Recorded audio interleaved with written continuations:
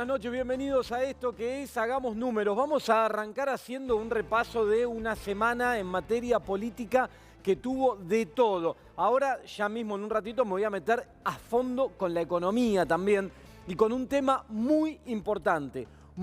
Quédate y seguilo porque te voy a dar datos que tienen que ver con responsabilidades de exfuncionarios del gobierno anterior vinculados con el endeudamiento, ese que nos somete a los argentinos, ese que nos mete presión, ese que nos condiciona no solo a nosotros, sino a nuestras futuras generaciones. Bueno, te voy a dar datos que tienen que ver con la responsabilidad de funcionarios, no solo responsabilidad en materia del desastre de política económica que montaron, sino responsabilidades que van más allá de eso. En un ratito, pero vamos a hacer un repaso de esta semana política, porque fue una semana que tuvo de todo. Arrancó el día lunes, el lunes 1 de marzo, el último lunes, cuando inició el mes y la semana ordenada, como corresponde, un día lunes. Arrancó con el discurso del presidente Alberto Fernández, abriendo las sesiones ordinarias, ¿sí?, en el Congreso de la Nación, y un discurso que dejó mucha tela para cortar a lo largo de la semana. Nos vamos a meter ahora con algunos puntos. Un discurso que en principio sorprendió porque marcó un giro en términos de una mayor firmeza, si se quiere, de parte del presidente, que venía teniendo una actitud más bien dialoguista con muchos sectores, en un tono mucho más moderado, y que a partir del lunes y del discurso que dio en la apertura de sesiones ordinarias, marcó otro rumbo, otra posición, otra forma de plantarse frente a la oposición, al gobierno anterior, ahora vamos a meternos con algo de eso, a los empresarios, a la justicia, a los grupos del poder real, el poder instalado, ese que siempre está en Argentina, con los cuales, bueno, con el Fondo Monetario Internacional, todo pareciera que tomó otro tinte, otro peso. Es otra la forma que utiliza a partir de ahora el presidente para plantarse frente a esto. ¿Tiene que ver que es un año electoral? Probablemente sí, y que la estrategia sea endurecer aún más la posición, marcar más firme cuál es el rumbo, cuál es la intención del gobierno. Muy probablemente. Estará también agotado el presidente después de un año con pandemia, una oposición que no para de encontrar problemas en un lado, en el otro, y de machacar medios de comunicación que están todo el tiempo pegándole al gobierno por esto, por aquello, una justicia que no da tregua y que se mete muchas veces en temas que no tiene que meterse. Bueno, también habrá de eso, también habrá de cierto cansancio frente a determinadas situaciones.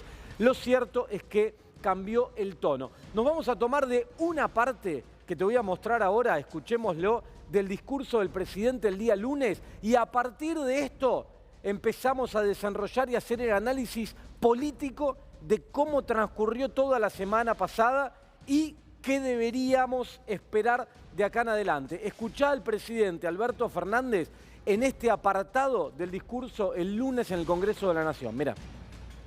Endeudar al país de ese modo, permitir que los recursos que ingresaron solo hayan posibilitado la más asombrosa fuga de divisas que nuestra historia registra, y que la toma de semejantes créditos haya sido resuelta entre gallos y medianoche, sin intervenciones judiciales y técnicas previas, con total irresponsabilidad y a espaldas de este Congreso Nacional, no puede ser visto de otro modo que no sea una administración fraudulenta y una malversación de caudales públicos como nunca antes habíamos registrado.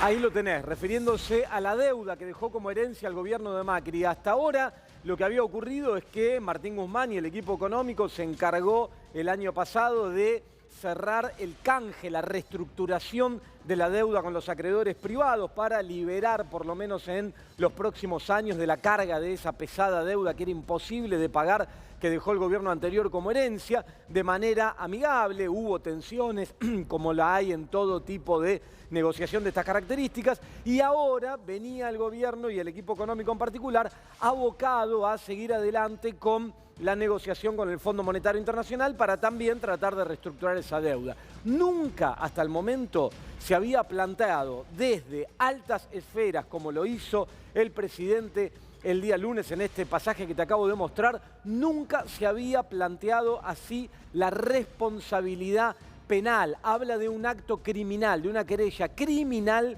el presidente contra quienes fueron responsables de este endeudamiento. En un ratito me voy a meter con eso, te voy a dar datos, número de expediente, fechas, un montón de cosas que dan cuenta de irregularidades gravísimas, más allá del mamarracho del endeudamiento, irregularidades gravísimas que dan cuenta de la responsabilidad de exfuncionarios. En un rato nos metemos con eso, pero lo cierto es que a partir de este giro que el presidente hizo en este pasaje y en otras declaraciones a lo largo del discurso que dio el día lunes, empezó a transitarse un camino diferente que se coronó el día jueves con la declaración por la mañana de la vicepresidenta en el marco de la causa denominada como dólar futuro. Una causa que desde que se inició, en mi caso, haciendo un análisis económico, financiero de los argumentos que hay que justifican esa causa, siempre expliqué que esa causa es un mamarracho, que no tiene razón de ser, que no tiene ninguna racionalidad haber llevado a juicio a la justicia, haber hecho una denuncia por esa causa que se denomina dólar futuro, que no fue más que una política económica, que a algunos le pudo haber gustado más, otro menos, pero completamente coherente. La intención que tenía en ese momento el Banco Central era sostener el tipo de cambio para evitar saltos devaluatorios, estaba frente a la finalización del gobierno, se intentaba marcar una pauta hacia futuro de un dólar estable. Después vino el gobierno de Macri, devaluó de un día para el otro, eliminó las restricciones sobre el tipo de cambio, el dólar saltó de casi 10 a 16 pesos, después se acomodó cerca de 14, o sea, una devaluación de 40% de un día para el otro, de golpe, con el argumento del entonces ministro de Economía, Alfonso Prat-Gay, que decía no va a pasar nada con los precios porque ya internalizaron el valor del dólar blue, algo que era mentira y que no era que Prat-Gay lo ignoraba porque no entiende de economía, porque no sabe nada. No, lo sabía perfectamente, pero lo negaba públicamente para no mostrar lo que estaba haciendo, que era una brutal devaluación que iba a tener y que tuvo, después se vio en el índice, impacto sobre los precios, que le pegó al bolsillo de todos nosotros, vos que me estás mirando, nosotros, todos los que estamos acá, nos pegó en el bolsillo porque saltó la inflación y los salarios no acompañaron, para nada, y sin embargo, los que ganaron de ese salto devaluatorio que produjo la decisión del gobierno de Macri fueron todos sus amigos. Hay listas que hablan de Mario Quintana, de Caputo, de los fondos vinculados con uno, con el otro, Martín Lustó incluso, que después fue embajador en Estados Unidos, un montón de funcionarios del gobierno anterior y amigos de funcionarios del gobierno anterior que se llenaron los bolsillos luego de ese salto devaluatorio, habiendo apostado al dólar futuro que después llevaron a juicio. Bueno, escuchemos rápidamente algunas de las manifestaciones de la vicepresidenta Cristina Fernández de Kirchner en la declaración que dio justamente en la causa por esto, por el dólar futuro. Escucha. Y no es la primera vez que nos pasa. Nos pasó con el megacanje. Néstor es un hijo de la crisis del 2003. Jamás hubiera llegado a presidente si no hubiera pasado lo que pasó en el 2001. ¿Y quién estaba también en ese 2001? Sturzenegger, el que era presidente del Banco Central, el que nombraron presidente del Banco Central, el devaluador que hoy da clases en la Universidad de Columbia. Y claro que va a seguir dando clases en la Universidad de Columbia. Lo sobreseyeron en anteriores causas. que tuvo cuando fue partícipe también de lo que pasó con el megacanje, aquella mega devaluación que casi nos puso el país patas para arriba. Y ustedes, usted, doctor Petrone, y usted, doctor Barretaveña, nos negaron el recurso cuando nuevamente en esta causa de dólar futuro, a raíz de las denuncias que habíamos hecho en otras dos causas, lo sobreseen. Acá tengo. A la vicepresidenta de la Nación el jueves, declarando en la causa dólar futuro, donde apuntó a los jueces, los acusó de responsables de lo que pasó durante el gobierno anterior, de haber sido cómplices de que llegue ese gobierno, de, bueno, el lawfare, el famoso lawfare, y de un montón de cosas más. Y termina diciendo la vicepresidenta, me pidieron que yo acá venga a pedir el sobreseimiento, no voy a pedir nada, hagan lo que tengan que hacer. Después le sucedieron declaraciones ya con algún tinte un poquito más técnico de parte de Axel Kicillof, hoy gobernador de la provincia, pero quien fue en aquel entonces ministro de Economía, y de Alejandro Vanol y Miguel Pese, que en aquel momento tuvieron cargos. Bueno, Miguel Pese hoy es el presidente del Banco Central, pero Vanoli era el presidente del Banco Central y Pese era director en su momento.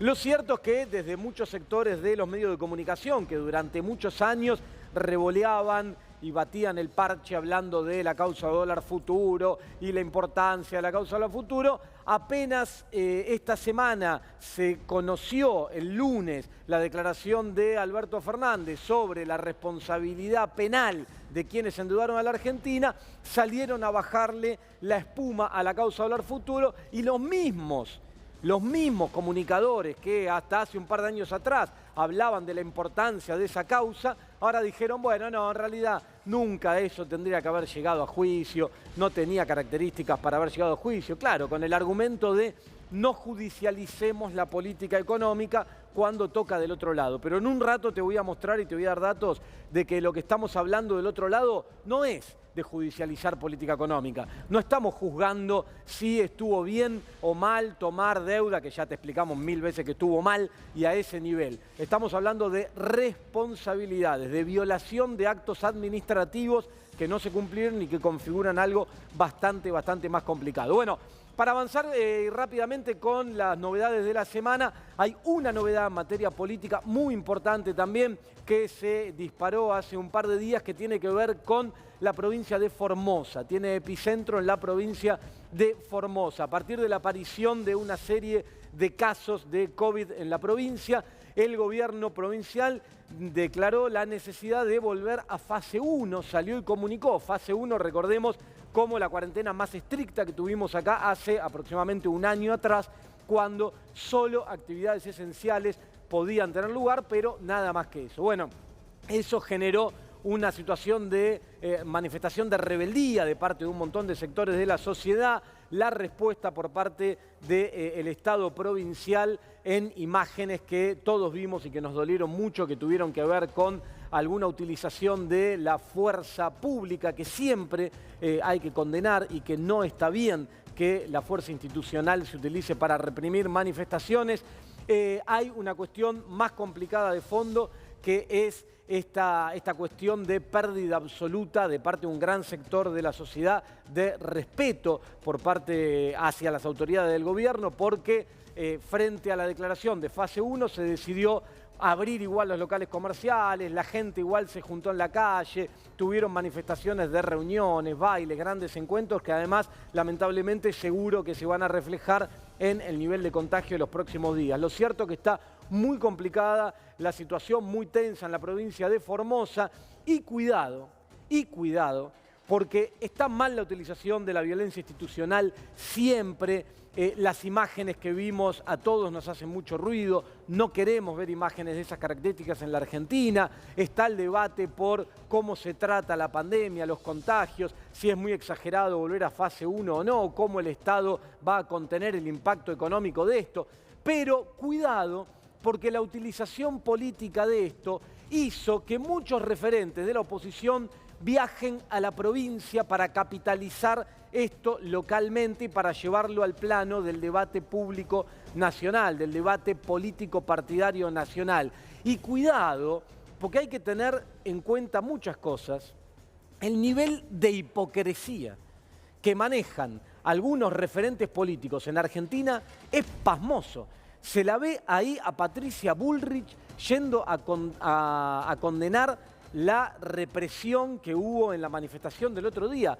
Patricia Bullrich, digo, basta recordar hace muy poco tiempo atrás, cuando estaba en el poder, aquella manifestación que intentaba impedir la aprobación de una fórmula para que evitar que le peguen un golpe más al bolsillo de los jubilados. ¿Se acuerdan en aquel momento que le metieron la mano, le robaron un trimestre, le metieron una fórmula por la cual perdieron un montón de guita? Gran represión en la puerta del Congreso. Bueno, Santiago Maldonado, Rafael Nahuel y la misma Patricia Bullrich, que fue responsable de las cosas que ocurrieron, que tuvo las declaraciones que tuvo en su momento, ahora va a pararse en una especie de defensora del pueblo contra la represión y este tipo de cosas. Digo, está bien, estamos todos de acuerdo que eso no tiene que ocurrir, pero cuidado con la utilización política de algunos personajes que parece que pierden la memoria rápidamente y van y vienen de un lado para el otro según le convenga en cada caso, con un nivel de hipocresía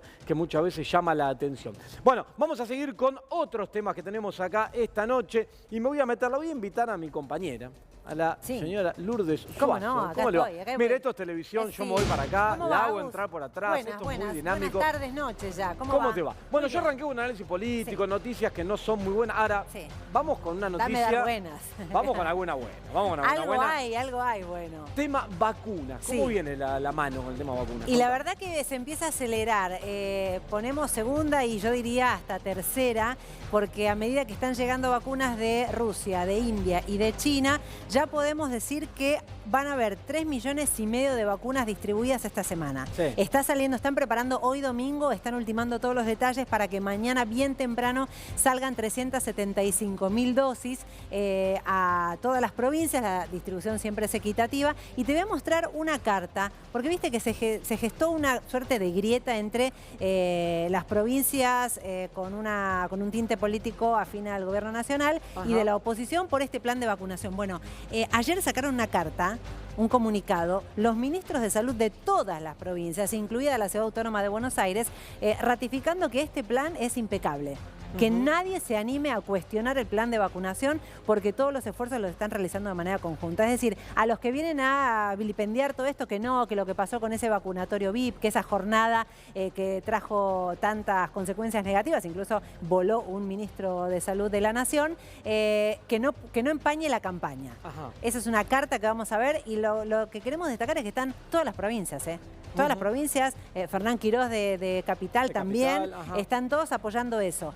Y atentos porque ahora son los adultos mayores y los docentes los protagonistas de esta nueva fase. ¿Te acordás que en provincia mayores de 70, en Capital mayores de 80 y ahora a partir del miércoles también se suman en Cava los docentes? Después te vamos a contar qué grupo, ¿no? Sí. Los de nivel inicial y demás. Y hay todo un debate, ¿viste? Por detrás del orden de prioridades, ¿no? Digo, a ver, está bien, es difícil, pero está bien que un docente o una docente de 30 años, 32 años, se vacune antes que alguien de 70, de 69, por ejemplo, en algunos distritos por ese orden de prioridad. ¿Es correcto o no? Y mira, ahí el debate, yo ahí busco esta respuesta, depende. ¿Es el personal que tiene que salir a trabajar?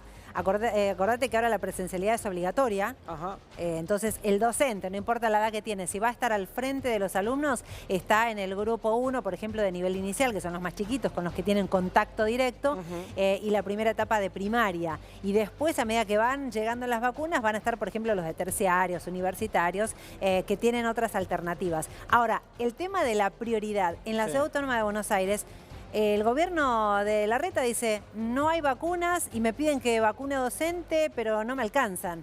Ahora, la mala distribución ahí está en que en la rural, por ejemplo, estaban vacunando a psicólogos, a algunos profesionales de la salud que trabajan desde su casa, que la virtualidad todavía la mantienen, y hay empleados de los hospitales públicos que están en primera línea de batalla con COVID que todavía no recibieron. Sí, claro, por eso. Ahí está el desfasaje de esas prioridades que decís. Claro, empiezan a aparecer problemas con la prioridad, digo, no el por atrás del mostrador. La prioridad, la que está establecida, que uno dice, che, y está bien que este vaya antes que este otro. Bueno, gran tema de debate. Sí. Me parece que hay algunas cuestiones en algunos distritos que hay que revisar un poco. Es distrito por distrito. Fíjate, en la provincia de Buenos Aires, 95% del personal sanitario ya está vacunado. Ajá. Es decir, casi la totalidad. Por eso avanzaron los mayores, por eso avanzaron con los docentes y por eso también están llamando a otros factores de riesgo, menores de 60 años. Conozco casos de amigos, de vecinos, de familiares que están en riesgo, se habían anotado por las dudas y a medida que los distritos van liberando las dosis porque ya vacunaron al personal sanitario,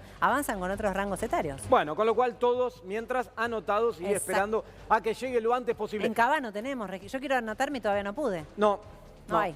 No. ¿Vos te anotaste? No. Ah, pero vos tampoco. estás allá, en provincia. Yo estoy en provincia. Sí, lo que pasa es que, bueno, por edad y un montón de cosas. Vos sos casi de riesgo. En la fila. No, mentira. Tendrías que anotarte. No, en la fila estoy lejos. No importa, pero lo que dicen... No soy docente, no soy de salud, no tengo más de 70 ni más de 60. Pero ¿sabes para qué sirve? Porque es voluntario la vacunación. El gobierno de la provincia hace estadísticas. Bueno, del total de los inscriptos, tanto porcentaje es docente, tanto porcentaje es menor de 60, tanto es... Está bueno tener esa voluntad manifiesta porque es optativo. Como no es obligatorio, vos tenés que decir, yo quiero vacunarme cuando haya dosis. No es que vas a saltarte en la fila a nadie porque si no sabes qué, yo te voy a perseguir. Y como comunicador, ¿no? Éramos esenciales al principio y ahora no. Somos esenciales, pero me parece inmoral vacunarnos nosotros periodistas antes que docentes, por ejemplo. No, por eso. O que es gente mayor. Sí. Bueno, vamos a hacer una cosa. Me voy a meter de lleno con el tema de la deuda ya, y en un ratito, Lourdes, vuelvo a vos y vuelvo a temas vacunas y otras cosas que nos quedan en el tintero. Nos metemos directamente con el tema de la deuda, ¿sí? Vamos. Ahí estamos. La estafa de la deuda. La estafa de la deuda. Te voy a contar. Mirá, presta atención, ya sé que es domingo a la noche, pero presta atención porque esto es muy importante para entender qué es lo que está pasando y para que no nos vuelva a pasar nunca más allá de qué vamos a hacer en esta oportunidad. Avancemos, dale, vamos rapidito, picadito, con la data. A ver, mirá el dólar ahí, pobre, estrangulado con las pulsadas. Mirá, la deuda con el Fondo Monetario. Con el Fondo Monetario Internacional, el gobierno de Macri acordó una deuda por 55.000 millones de dólares.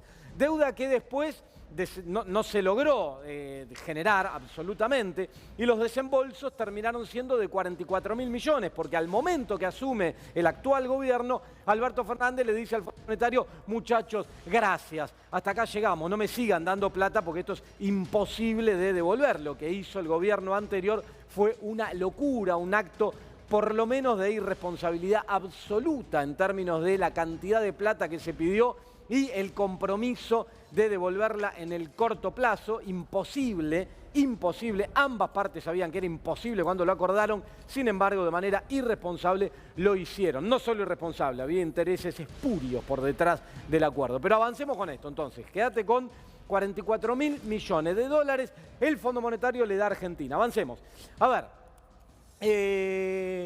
¿cómo sigue la cuestión? Así, fíjate. Qué linda banderita esa Argentina. El cronograma, muy linda, muy paqueta. El cronograma de pagos que acordó el gobierno de Macri, incumplible, era esto. Fíjate, estos 4 años, este 2021 en el que estamos y los otros durante el gobierno de Alberto Fernández, el compromiso era que íbamos a pagar este año 3.826 millones de dólares. Un montón de guita, impagable. Ahora, pará, el año que viene, 2022... 18.092 millones de dólares. Imposible, completamente imposible. En 2023, 19.186 millones. Y en 2024, un puchito más, casi 5.000 palos. 4.921 millones de dólares. Todo esto impagable, imposible para la Argentina con el nivel de reservas que tenemos, que nos dejó el gobierno anterior, con la generación de dólares que tiene la Argentina, complicada por la situación internacional, pero aún si esto no hubiera ocurrido, también imposible, impagable estos vencimientos concentrados en el corto plazo que tomó el gobierno de Macri. O sea, dijo, sí, dame la guita, dámela, que yo con esta guita le doy salida a mis amigos que vinieron acá y apostaron a la bicicleta financiera y en 4 años te la voy a devolver. ¿Seguro que me la vas a devolver? Sí, dijeron. Total, después el que venga que se haga cargo. Mirá, avancemos con la data del tema de la deuda. Lo más grave de todo esto, o una de las cosas de las más graves de todo esto, tiene que ver con lo siguiente. Fíjate, esto lo pasamos rápido, porque en un momento hubo un primer acuerdo y como no alcanzó, ¿sí?, se iban a desembolsar 15.000 millones y los otros 35.000 entre el 2018 y el 2022. Te decían, no, me la van a dar de a poco, incluso voy a recibir guita durante el gobierno que viene, te decían. Mentira, al rato esto se cayó, se cerró, no tuvo más nada que ver y apareció el acuerdo 2 que era, no, los 50.000 millones me los van a dar ahora, entre 2018 y 2019, y después 7.100 va a recibir el que viene, para dejar siempre la idea de que el que viene va a recibir algo. Mentira, mentira, no va a recibir nada. Lo importante es que querían desembolsar 50.000 palos entre 2018 y 2019. Avancemos rápidamente con la información. Mirá, para que entiendas, entendés la gravedad del asunto. Fíjate, si vos tomás entre 2016 y 2019 lo que se llama formación de activos externos, que en la jerga coloquial que todos utilizamos se llama fuga de capitales, dólares que salieron de la Argentina porque los enviaron al exterior, porque lo usaron para pagar deuda privada, para lo que sea, dólares que salieron de la Argentina, bueno, se fueron entre 2016 y 2019, todo el gobierno de Macri, 86.000 millones de dólares. 86.000 millones de dólares se fugaron, volaron, se fueron del país, se fueron del sistema financiero. Y si vos le ponés la lupa a este asunto y decís, che, entre mayo de 2018, que se anunció el acuerdo con el Fondo Monetario, y diciembre de 2019, que terminó el gobierno de Macri, o sea, mientras el Fondo Monetario empezó ya a darnos plata, ¿cuánto se fue por fuga de capitales? Según el balance del Banco Central, no es que te estoy contando un dato que inventé, según el balance del Banco Central, 45.100 millones de dólares. Durante este periodo, el Banco Central desembolsó 44.000 y se fueron automáticamente en el mismo periodo 45.100 millones de dólares. ¿Qué quiere decir esto? Que la deuda se tomó para financiar la fuga de capitales. Avancemos un poco más porque lo que te voy a contar cada vez se va tornando más grave. Fíjate, mirá, los dólares vuelan. Esta fuga tuvo un agravante, estuvo muy concentrada en pocas manos. ¿Qué quiero decirte con esto? Si vos mirás los primeros 100 agentes, vos agarrás la lista de fuga de capitales de ese periodo y mirás los primeros 100 tipos, digo tipos, pueden ser empresas, ¿no? Si tomás los primeros 100, las compras netas de dólares que hicieron estos 100 explican la salida de casi 25.000 millones de dólares, 24.679. 25.000 millones de dólares se fugaron 100 tipos. Y si haces un zoom, ponés la lupa un poco más cerca, vas a encontrar que 10 tipos, los primeros 10 de la lista, se fugaron 7.945 millones de dólares, casi 8.000 palos, 10 tipos, cerca de 1.000 millones de dólares por cabeza, y si vos te pones a mirar los nombres, muchos tienen vínculos muy estrechos con el gobierno anterior. Son grandes fortunas de la Argentina o empresas financieras de estas que juegan el juego el juego financiero, ¿no? De la bicicleta financiera, y que entraron al país, se subieron a la bicicleta que les propuso el gobierno y el entonces primer presidente del Banco Central, Federico Sturzenegger, para después darse vuelta, irse y llevarte las ganancias. Esas ganancias, ¿de dónde sacamos los dólares? De la deuda, que hoy debemos todos, que tenemos que ver cómo hacer para reestructurar, cómo hacer para pagar, mientras estos tipos ya la tienen afuera y gracias por todo. Por eso la querella criminal de la que habla el presidente y la responsabilidad de los funcionarios atrás de esto, porque el que está del otro lado es un vivo que hizo un negocio, se la llevó y allá la tiene y que está acostumbrado a hacerlo, pero necesitó un funcionario cómplice de este lado que le permitiera hacer esto que hizo. Avancemos con la información. Mirá, cada vez que avanzamos es más grave la cosa. Fíjate, el Fondo Monetario Internacional, en el artículo 6 de su convenio constitutivo, el convenio constitutivo del Fondo Monetario Internacional es como si fuera la Constitución Nacional para nosotros, para un país, ¿sí? Es ese reglamento original que se elaboró cuando tuvo nacimiento esta organización, que le da las pautas básicas, los pilares de cómo se tiene que comportar, qué es lo que tiene que hacer. Fíjate, el artículo 6º, que habla de traspaso de capital, dice explícitamente, no te voy a leer todo esto, pero dice que tiene que adoptar medidas de control para evitar que los recursos generales del fondo se destinen a tal fin. Acá, ¿a qué fin?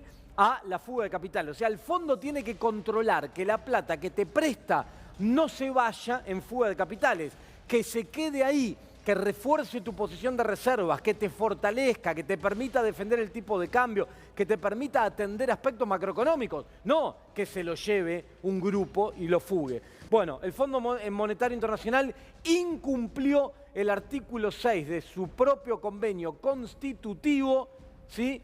Se lo pasó por ahí y permitió que esto ocurra viéndolo, porque esta es información pública la que te estoy contando. Lo miraron, hicieron la vista gorda y permitieron que ocurra.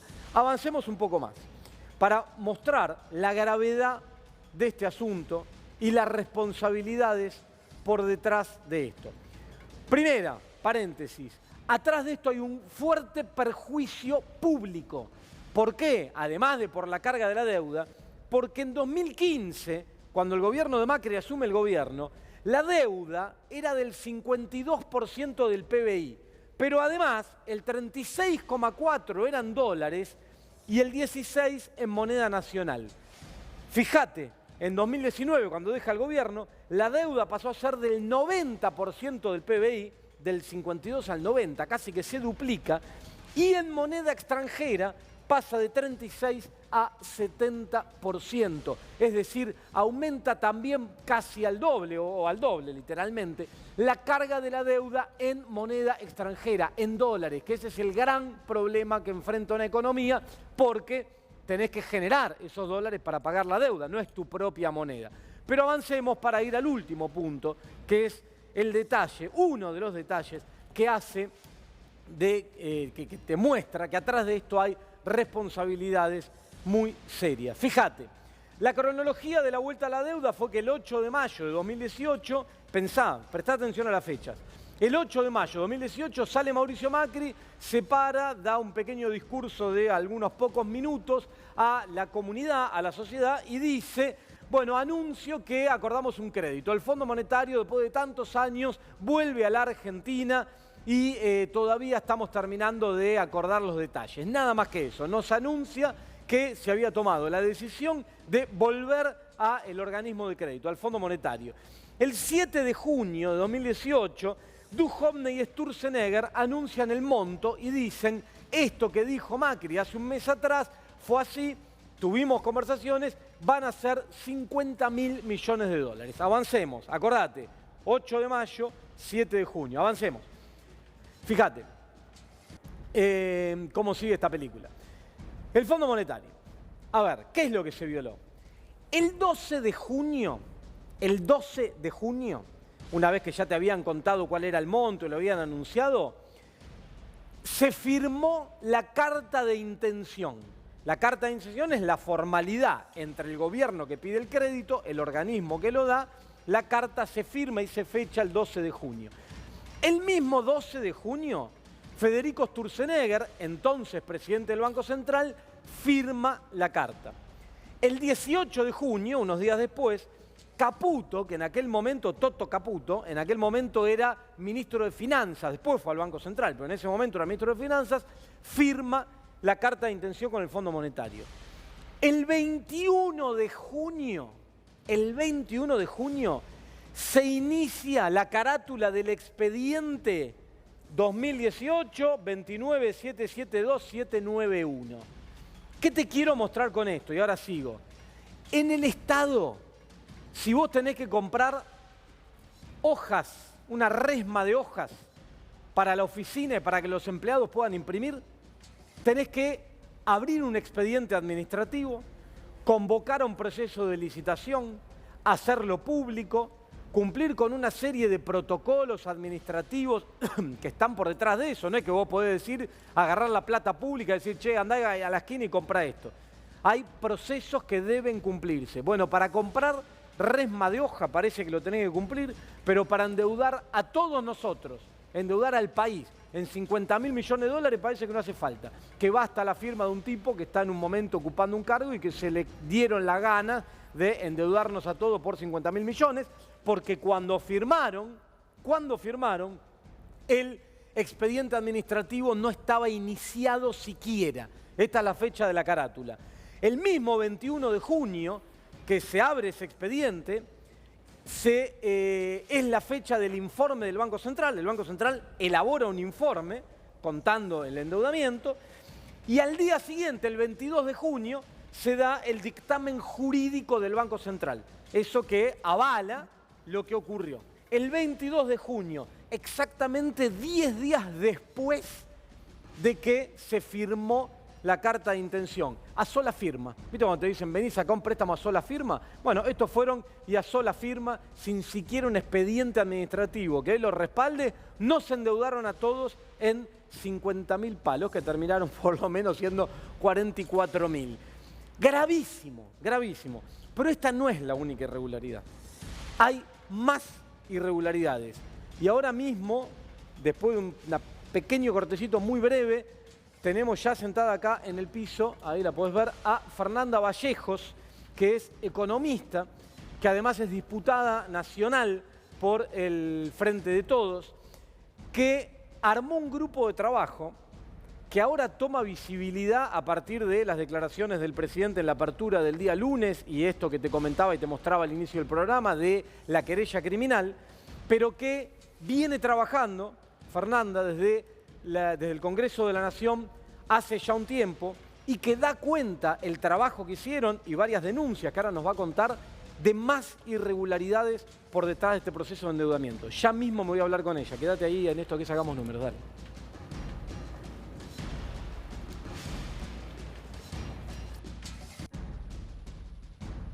Por un lado, la decisión del vice de ayudar, de acompañar una inversión de 700 millones de pesos que lleva adelante Cerámicas Alberdi con un crédito de 160 millones de pesos que va a permitir ampliar la planta en uno de los hornos más largos del mundo de fabricación de cerámica, lo cual nos pone competitivos a nivel regional y nos da la posibilidad de incorporar 30 empleos adicionales a José Paz en la planta industrial más importante de José Paz. Y en segundo lugar, una enorme noticia para los trabajadores de José Paz y para los trabajadores de esta planta, porque la ley que de alguna manera le pone un coto al impuesto a las ganancias, que genera un alivio fiscal en el bolsillo de los trabajadores, en el caso de esta industria, por ejemplo, le permite al trabajador, digamos, recuperar salario y hacer horas extras sin la necesidad de estar evaluando o midiendo si el impuesto a las ganancias le permite o no hacer hora extra o un turno el domingo. Y nos permite que 9.000 de los 11.000 trabajadores que hoy pagan impuestos a las ganancias en José Paz dejen de pagar impuestos a las ganancias. Lo más novedoso es que el crédito que acaba de mencionar Sergio es un crédito a 7 años, con 2 años de gracia, algo que en la Argentina prácticamente no se ha visto. Lo que se pretende con esta nueva política industrial es que la máquina, la inversión, se pague a sí misma. Tenemos el orgullo de tener una de las fábricas más importantes del país, ¿no? Con una extensión de un horno de 270 metros de largo que es realmente único, debe ser en el país hoy. Fundamental, un Estado moderno que acompañe a la inversión productiva, que genera valor agregado. Es el símbolo del Estado, de la mano con empresarios y trabajadores, construyendo la reactivación de la Argentina. Atilra es artífice de un proyecto solidario, colectivo y social. Es una realidad que crece, se desarrolla, vive y se multiplica, pero sobre todo permanece en el tiempo. Atilra, más de 70 años sembrando de sueños el camino.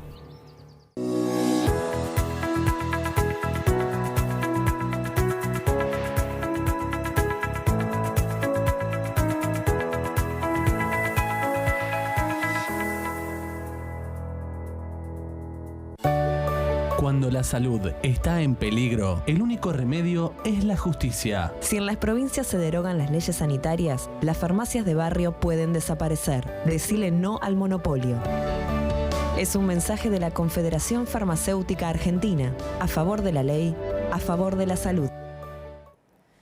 Bueno, tal como te acabo de comentar, está acá sentada con nosotros en el piso Fernanda Vallejos, diputada nacional, economista, vale la aclaración porque vamos a hablar de esto. Colega suya de Atenas. Así es, colega. Hemos trabajado juntos en algún momento incluso.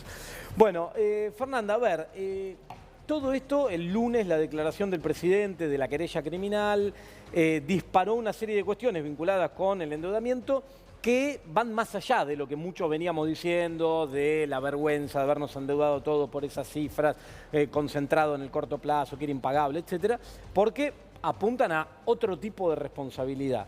Digamos, ustedes desde el Congreso, vos habías armado un equipo de trabajo y venían, incluso denunciaron muchas de estas cosas. Sí, denunciamos, hicimos muchos pedidos de informes que obviamente durante el gobierno anterior nunca se respondieron.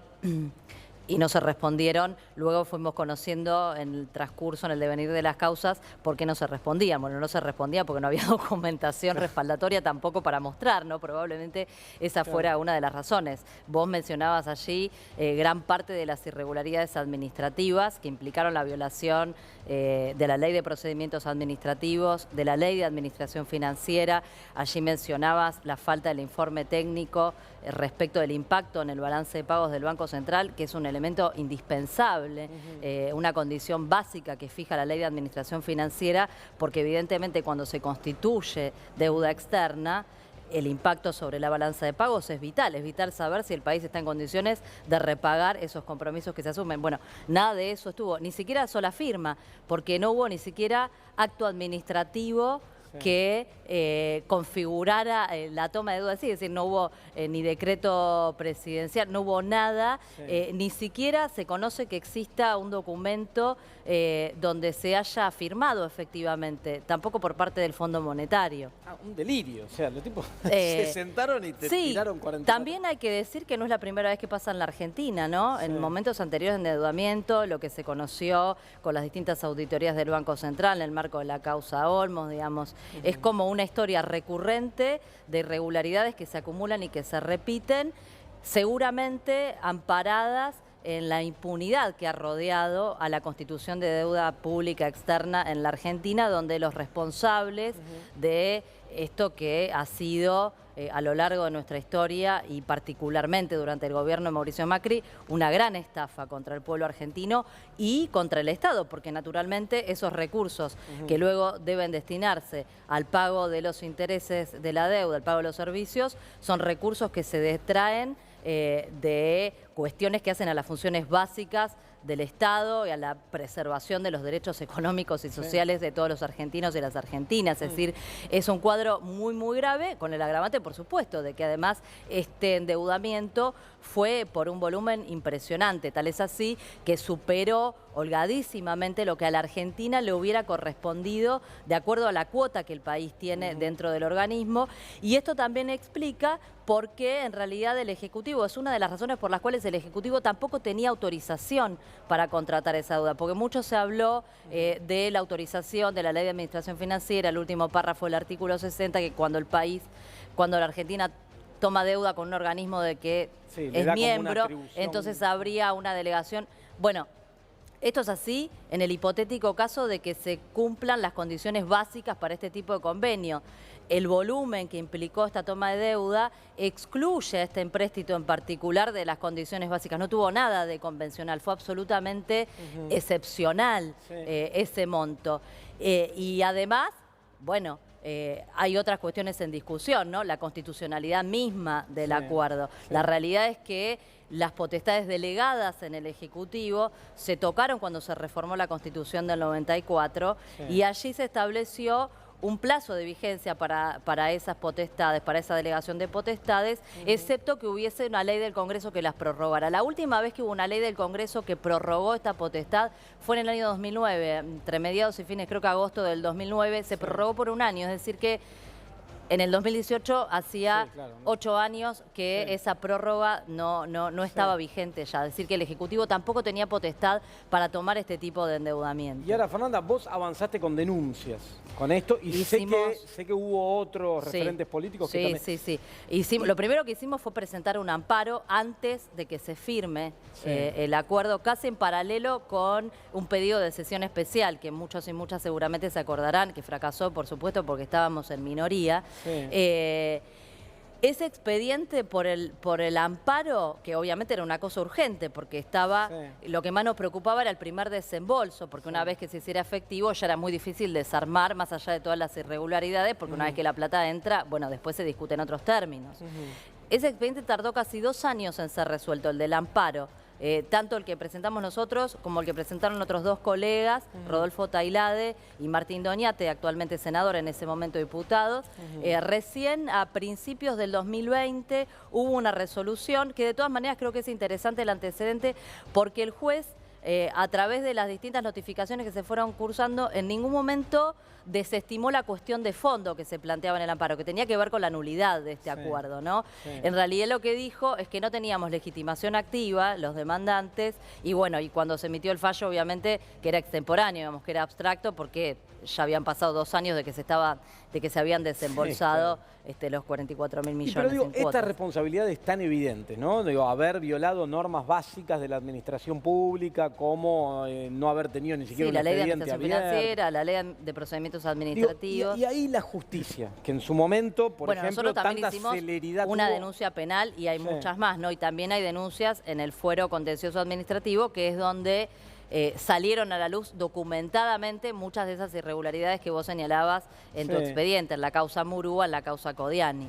Y avanza, porque mucha gente me dice, che, pero ya pasó más de un año desde que el gobierno se fue, desde que tomaron...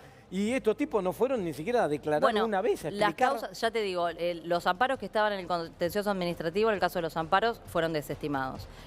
Las causas penales están vigentes y de hecho han sido agrupadas las distintas causas que había con distintos querellantes, que somos las distintas personas que en distintos momentos habíamos denunciado penalmente a Macri y al resto de los funcionarios intervinientes de su gabinete en la contratación de esta deuda. Eso, digamos que sin prisa pero sin pausa, avanza.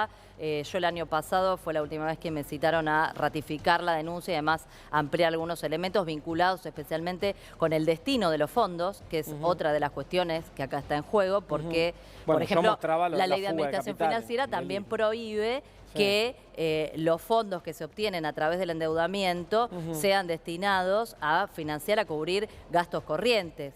Y la realidad es que esto, bueno, hasta los propios funcionarios lo han reconocido, ¿no? Hablaban de que era para cubrir el déficit, distintas excusas que se han ido dando. Lo cierto es que los fondos se fueron a financiar la fuga de capitales y los números del balance cambiario del Banco Central son elocuentes en este sentido. Es información pública a la que cualquiera puede acceder. Desde el primer desembolso del Fondo Monetario hasta que se fue Macri, entre formación de activos externos, que son los dólares, digamos, para tesorería, que salen del circuito productivo, y la salida de capitales especulativos, que son los que entraban a hacer negocios especulativos en la Argentina con la tasa estratosférica que había en aquel momento, se fueron por fuga de capitales más de 6.000 millones más que el total de los desembolsos del Fondo Monetario Internacional. Que me vengan a contar si no hubo fuga de capitales y si no se fugaron un FMI, como se dice por ahí. Claro. Y aparte, cuando uno, digo, muchos de los que explican esa fuga de capitales, grandes sectores de poder, grandes fortunas argentinas. Enorme concentración de la fuga. Y vínculos muy estrechos con funcionarios del gobierno anterior. Como quedó muy claramente mostrado en el informe del Banco Central, muy pocas personas físicas y muy pocas personas jurídicas concentraron el grueso de la fuga de capitales a lo largo de todo el periodo de gobierno de Mauricio Macri. Y todo este cuadro, lo que configura en definitiva, es lo que dijo el presidente, ¿no?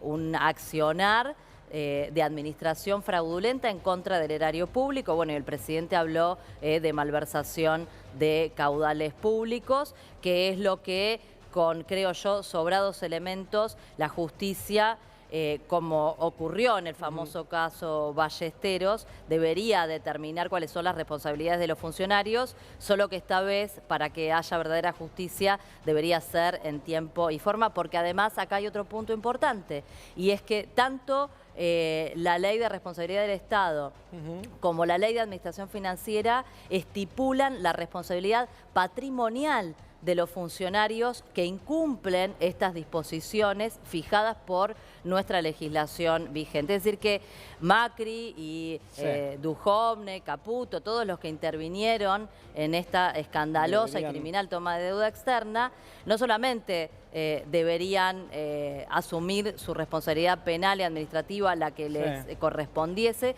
sino que además tendrían que responder con su patrimonio personal por este tipo de accionar criminal. Te pregunto cortita, Fernanda, porque le voy a dar lugar a Lourdes, mi compañera, que te quiere hacer una pregunta. Pero esta, bien cortita. ¿Puede terminar yendo preso Macri por esto que hizo con la deuda? Sí, por supuesto.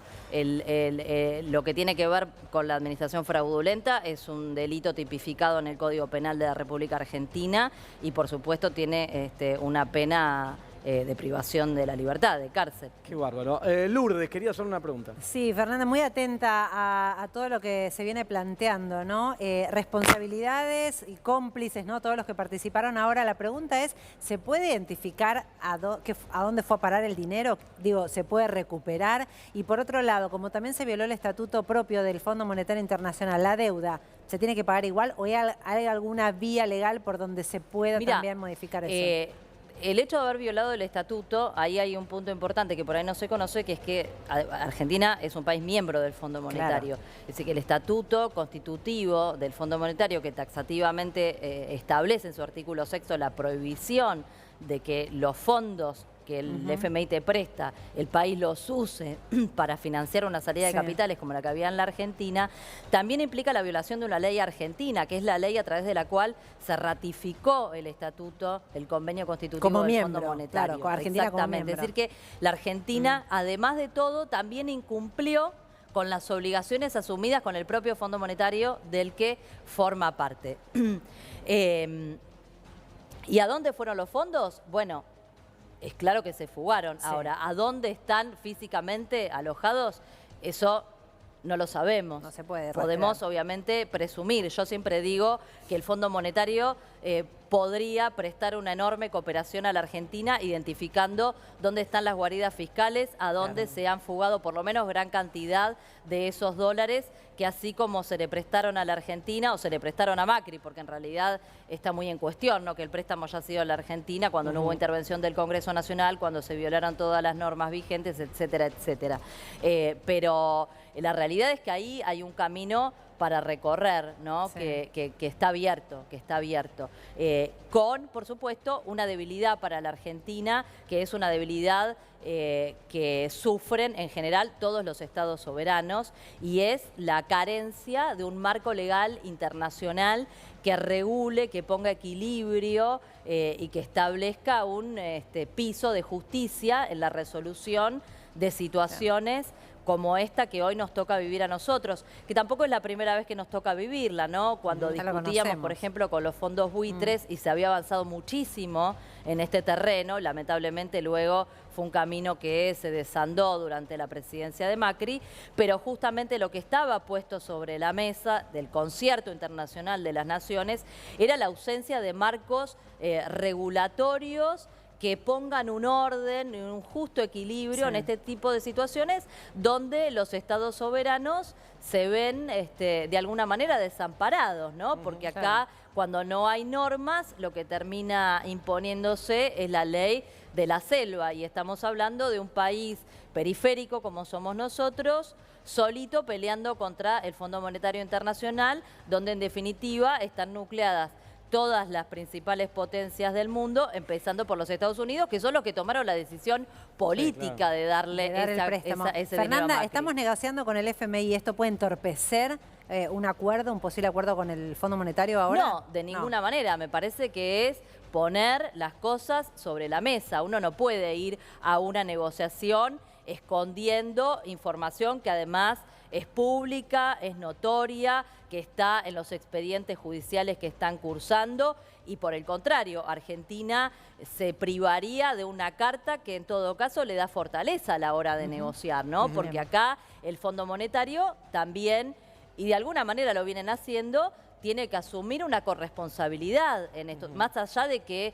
Lagarde no esté más, de que su segundo no esté más y que ahora haya nuevas autoridades. Pero bueno, tampoco está más Macri, ni Duhovne, ni Sandleri, ni todos esos.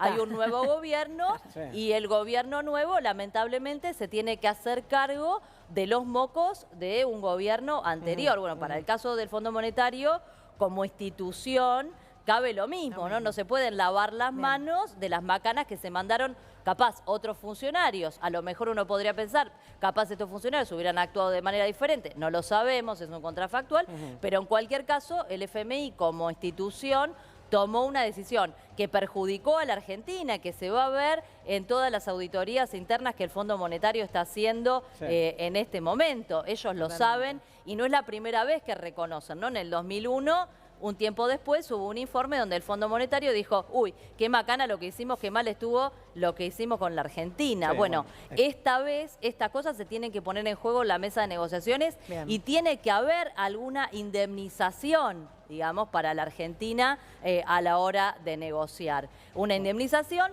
significa que se tiene que llegar a un acuerdo, si se llega, que sea razonable para la Argentina. No solamente que sea pagable, sino que sea pagable en las condiciones en las que la Argentina la puede pagar sin sacrificar ninguna de las cuestiones que son fundamentales para nosotros. Recuperar la actividad económica, recuperar el empleo en la Argentina, mejorar la situación de los salarios que están sumamente atrasados, resolver una situación de desigualdad que viene en avance desde hace 5 años.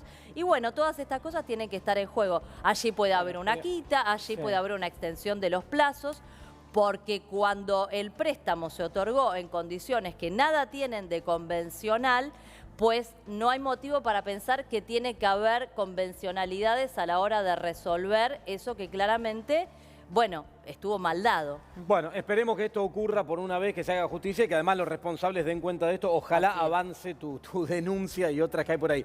Muchas gracias, Fernanda, por haber venido esta noche y habernos explicado todo esto. Quédate ahí, una pequeñita pausa y nos metemos ya con algunos temas que nos quedan. Entre otros, si sos inquilino, quédate y presta atención. Mira, dale, vamos a una tanda.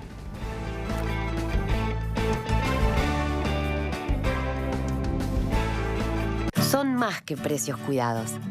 Son desayunos cuidados. Y almuerzos cuidados. También casas limpias y cuidadas. Antojos cuidados. Y mellis cuidados. Los precios cuidados son para cuidarte. Relanzamos Precios Cuidados. Precios Cuidados establece el precio de un producto de primera línea y de esta manera un techo de precio para toda la categoría. Porque si sabes el valor de referencia de un producto de primera marca, todas las demás van a querer competir mejorando sus precios. Ah, también tenés una app con nuevas herramientas para cuidar tu bolsillo. Precios Cuidados. Reconstrucción Argentina. Argentina Presidencia. Desde que uso Corega recuperé la confianza. Solo necesito aplicar unas tiritas para fijar mi prótesis todo el día. Ahora puedo comer, hablar y sonreír con confianza. Corega, nunca dejes de sonreír. ¿Querés ganarte un año de Corega gratis? Participá en promocorega.com.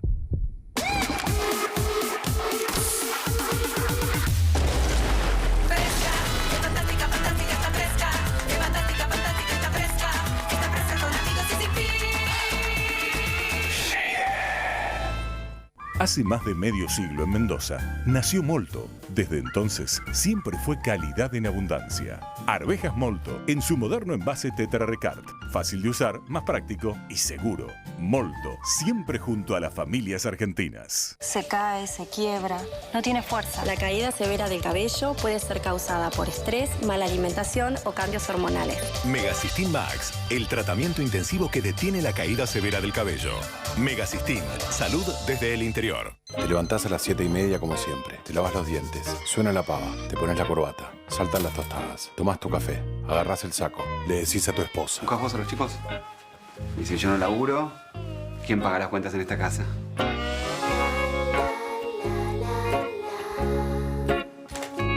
Vamos.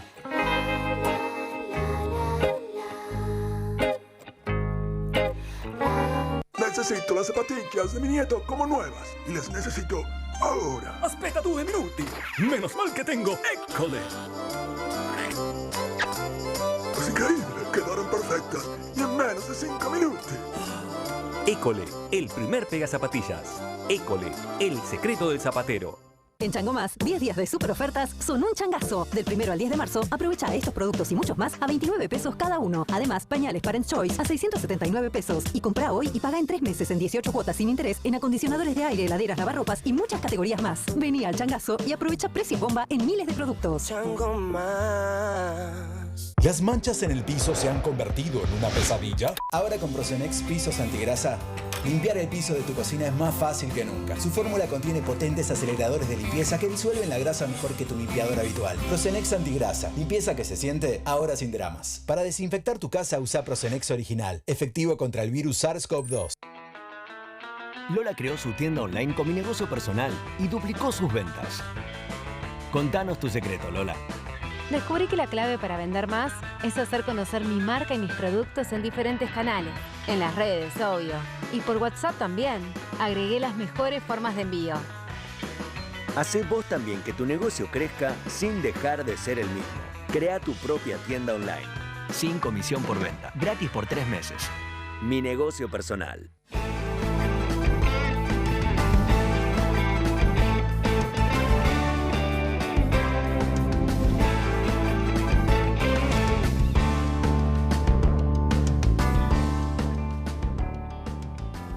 Bueno, y ahora rapidito nos metemos con un tema que es de mucho interés, que tiene que ver con la ley de alquileres. Y para esto estamos en comunicación virtual, vía Zoom, con Claudio Bodanovich, que es titular de la Cámara Inmobiliaria. Lo dije correctamente, buenas noches. ¿Qué tal? Buenas noches, gracias por el llamado. Bueno, a ver, está esto de la ley de alquileres y tiene diferentes posturas, hay divididas frente a esto, si realmente está protegiendo al inquilino, si no, si está perjudicando al propietario. ¿Cuál es desde la Cámara la visión de ustedes en relación a esta ley? ¿Qué es lo que creen que va a pasar o que ya empezó a pasar a partir de esto? Bueno, lo que sucedió después de la modificación del Código Civil y Comercial, que comenzó a regir a partir del 1 de junio del año pasado, digamos, hubo algunas modificaciones en este código, y eso obviamente trajo algún tipo de, digamos, situaciones con respecto al tema de los valores de los alquileres. Por un lado, el tema de la actualización de los valores de las locaciones, que la nueva ley lo establece, en que se puede actualizar los valores cada 12 meses. Esto, de hecho, es una carga que pasa al costo del alquiler. Hay que entender que, lamentablemente, con una alta inflación como tenemos en este momento en el país, el hecho de que se pueda actualizar solamente una vez al año el valor del alquiler implica una pérdida gradual a lo largo del año a medida que van transcurriendo los meses, que llega casi hasta el 50% del valor. Por supuesto, como sucede en cualquier producto o servicio que se ofrece en el mercado, en cualquier lugar del planeta, cualquier, digamos, costo que incida sobre un producto o servicio impacta en el precio, ¿no? Y el alquiler no es ajeno a ello, y por eso, obviamente, digamos, uno de los temas que tiene esta situación es que ha comenzado a suceder a partir de junio del año pasado que los propietarios, a partir de que hacen nuevos contratos de locación, todos estos costos se trasladan a precio. El otro tema que se planteó fue que, a raíz del congelamiento en los vencimientos o la prórroga de los vencimientos de los contratos, que en este caso irá hasta el 31 de marzo, también tiene una consecuencia, que es que el 31 de marzo van a vencer una gran cantidad, muy importante cantidad de contratos de locación. Diríamos que casi el 75% de los contratos de locación que hay en el país van a vencer todos al mismo tiempo, y esto va a generar una enorme demanda digamos, en las renovaciones o en la búsqueda de nuevas locaciones, fundamentalmente en el tema de viviendas, ¿no? Si bien está aplicado a todo tipo de contratos, el tema de viviendas. Y por supuesto, hay situaciones que, bueno, también acompañan todo esto. Claro, porque todo tipo de contratos, hablabas de viviendas, pero me meto en algo un poco más complejo, que es la pyme, el comercio, por ejemplo, ¿no? Digo, que es cierto que desde el punto de vista del propietario, si se actualiza una vez por año, hay algún perjuicio, pero del otro lado, el comercio que viene golpeadísimo, la pandemia, la recesión, ¿qué pasa? ¿Cómo se protege frente a los alquileres? Porque si no va a haber una masacre acá, digamos. Bueno, en este caso es, si bien ha habido una gran cantidad, lamentablemente, de cierres de comercio, fundamentalmente por la imposibilidad de asumir los costos de alquileres, no solo alquileres, sino alquileres, personal, impuestos, etcétera. Obviamente hubo una gran cantidad de comercios que lamentablemente han cerrado, pymes también, y eso de alguna manera incide también en la situación económica del país. No obstante, en estas condiciones, tanto en la vivienda como en las locaciones, es importante contar con la colaboración y la participación de un corredor matriculado que eventualmente entiende las partes, las pone de acuerdo, busca un punto de equilibrio y trata de llegar a un entendimiento lógico y razonable para todos. Esto es fundamental entenderlo. Desde ya es lógico y sabemos que hay un mercado que se maneja a través de un circuito formal y otro mercado se maneja a través de un circuito informal, en el 99% de los casos en contacto directo entre inquilino y propietario. Esas situaciones son un poquito más complicadas. No obstante, el tema de la pyme, el tema del comercio, es un tema realmente complicado en ese sentido y lo que ha sucedido, y lo hemos visto y lo continuamos viendo, en lugares que llamamos premium, avenidas principales, grandes arterias, en todo el país estamos hablando, ya que la Cámara tiene un alcance nacional, obviamente, y contamos con información de todos los rincones, también de la Federación Inmobiliaria de la República Argentina, y en ese sentido entendemos que la situación es crítica en este momento. No obstante, gracias a Dios, en algunos lugares ya ha comenzado a haber una reversión de esta situación, fundamentalmente en el tema de comercios, a raíz de que, bueno, se han ido flexibilizando el tema, digamos, de los cierres de los locales. Ya no estamos en nivel 1, ya tenemos, digamos, algunas flexibilidades que obviamente, con cuidado de la salud, por supuesto, han permitido tomar, digamos, nuevamente las actividades.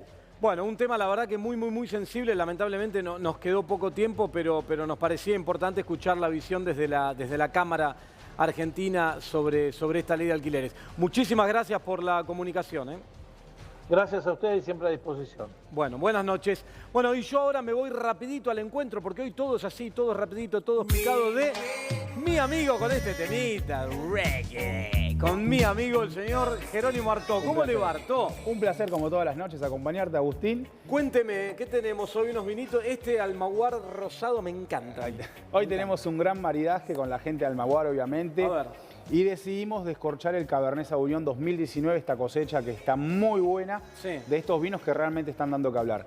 ¿Con qué lo vamos a acompañar este Cabernet Sauvignon de la gente de Almaguar, de la zona de Mendoza? Mira, ahí lo muestro, pero mientras vos hablás, yo le voy a sacar una copa a nuestra compañera. Muy bien. Lourdes Suazo. Muy bien.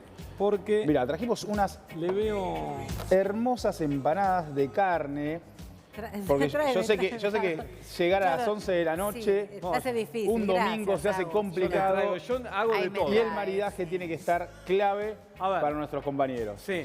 Entonces, bueno, ¿qué vamos a hacer? Un casamiento entre la comida y la bebida. Sí. Exactamente. Y elegimos las empanadas de la gente de la Aguada, que son de carne, bien condimentadas con este Cabernet Sauvignon que hablamos que es una variedad que tiene una concentración única en cuanto a taninos en nariz y en boca. Taninos en nariz y en boca. Se presentan en el paladar los taninos, pero en nariz tiene una concentración de aroma muy importante este vino. Qué bárbaro, me encanta. ¿Qué te pareció? Muy bueno este Almaguar. Y acá en la cajita feliz.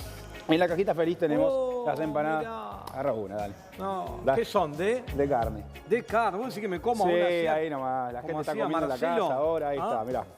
¿Qué decís? No hables con la boca llena, Agustín, por favor. No. Jero, contanos las redes, cómo hacer para seguirnos. Bien. Hablando de las redes y toda la info, arroba Vinos al Río, arroba Almaguar. Y tenemos un sorteo, vamos a sortear este Viking Box, que está excelente. Son 3 litros, ¿no? Son 3 litros que vienen. 3 litros de vino. De este Cabernet, ¿está bien? Con 3 meses de madera, tiene un pase por madera liviano, para que lo puedas disfrutar en tu casa, con tus seres queridos, con tus amigos. ¿Cómo tenés que hacer? Seguís a Vinos al Río, seguís Almaguar y nos sacás el print de pantalla de todos los domingos para estar participando. Me sacás la foto a mí, decís, acá lo tengo a Datelis tomando un Almaguar. Está rico el vino, ¿no? Muy bueno. Esa es la foto. Y con eso participás del concurso, ahí Jerónimo Artó, Vinos al Río, y te llevas el bag-in box que lo agarras así, Después se abre acá, presionás, sale una canillita y tenés esto cerrado al vacío, que es un muy buen vino. Porque a veces dice, el vino está la idea de que viene en una... No, esto adentro está cerrado al vacío. Es un vino espectacular, de la calidad de cualquiera de estos. En este caso es un Cabernet Sauvignon. un Cabernet Sauvignon roble. Y te lo tomas ahí. Sí. Totalmente, muy bueno. La idea del Bag-in-Box está revolucionando el mercado. ¿Por qué? Porque es un vino concentrado muy bueno dentro de una bolsa que dura 60 días el vino abierto. Así que en 60 días vos podés ir pinchando, sacando una copita que el vino va a estar intacto.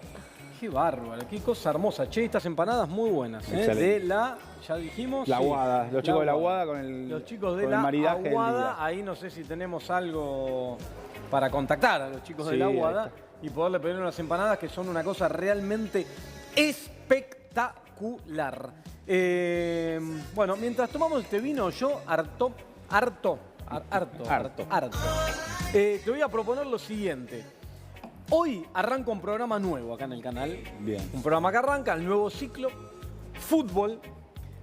No sé, hoy es el día del hincha de Racing, venimos de una situación complicada, no voy a traer esto a colación, esto ocurrió ya hace unos días, pero hoy arranca acá en el canal uno de los tipos que, mirá, no es un chiste esto, contado con los dedos de una mano, con los 5 dedos de una mano, no es ningún chiste ni nada, es simplemente que contado con los dedos de una mano, uno de los tipos que más sabe de fútbol en la Argentina.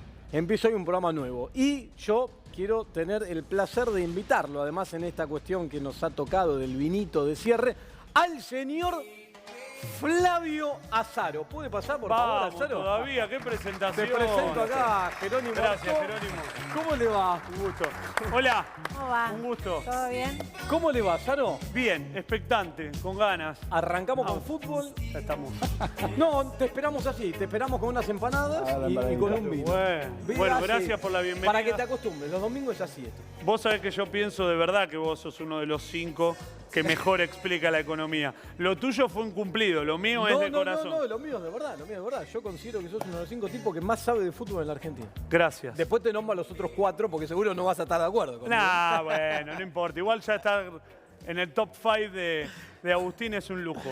Che, bueno, arrancás hoy con todo. Fútbol a todo trapo. En realidad, más que fútbol, lo que nosotros queremos contarles es el entorno del fútbol, es la política y el fútbol, es lo que generalmente no se habla en los canales deportivos. Ah, bien. Sí, es meternos un poquito en el barro. Vos sabés que a mí me gusta meterme en el barro. Te gusta. Y tengo un equipo ideal como para jugar en el barro. Así que un placer tenerte en la previa. De previa. ¿Y tu Mirá pibe? Porque tu pibe va a venir a laburar a Fútbol Outsider. Tu pibe, vos me dijiste, tu pibe va a venir a laburar conmigo. Yo le dije, mi pibe entusiasmadísimo, me dice que... ¿Y no lo trajiste hoy? Hoy se me complicó a mí, no es culpa de él. Se me complicó a mí. No quiere laburar. No le vas a dar la razón al discurso de derecha, no quieren trabajar. No. Claro, dice, no, mejor tráeme un plan, me dijo. Ah, te pidió un plan, ¿no? No. En la semana se comunica con vos. Dale. Un tipo que sabe de fútbol. Mirá, nos gritan. Mirá, nos gritan. Y está bien. Qué bárbaro. Está bien que nos puten. Furor generamos. Bueno, te dejo todo el aire de Crónica. Gracias por la buena onda. Amigo, me llevo el vino y las empanadas. Lo único. Sí. Yo te diría que si quieren ustedes vayan, pero el vino y las empanadas la dejamos, ya que estamos. Bueno, lo dejamos entonces con el señor Flavio Azaro y todo su equipo y nosotros nos reencontramos como siempre el próximo domingo a la noche en esto que es Hagamos Números. Chau. Todo suyo.